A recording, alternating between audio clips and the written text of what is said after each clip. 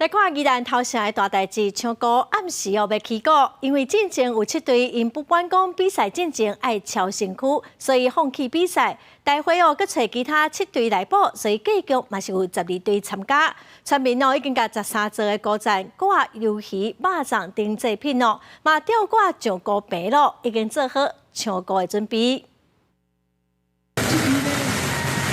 伫炮声当中，一座搁一座的歌站，互吊车吊到高坪顶悬，有13座的歌站，由炮声镇8大庄的村民精心编的国版游戏肉粽嘅制品，各村的老人也伫保障选手安全。用推啊将木桩拍入歌站内底，互吊搁较严，包好制品甲顺风机了后，就已准备用吊车挂起来。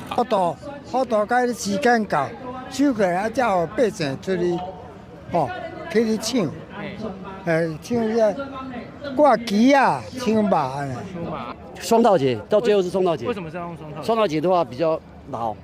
对，因为你火节的话容易松脱。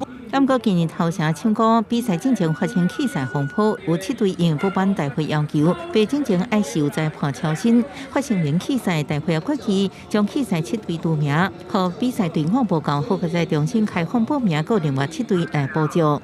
我们所有的选手最后的领队，我们再开一次所有的选手领队，他们都把切结书都遵守大会规定的，大家都是公平公正的。中原制定协会表示，暗时10点所有普渡仪式结束了后，比赛伫11点开始。这摆参赛队伍领队拢有签切结书，同意遵守比赛相关规定。比赛规定一直公平、公正、公开。记者综合报道。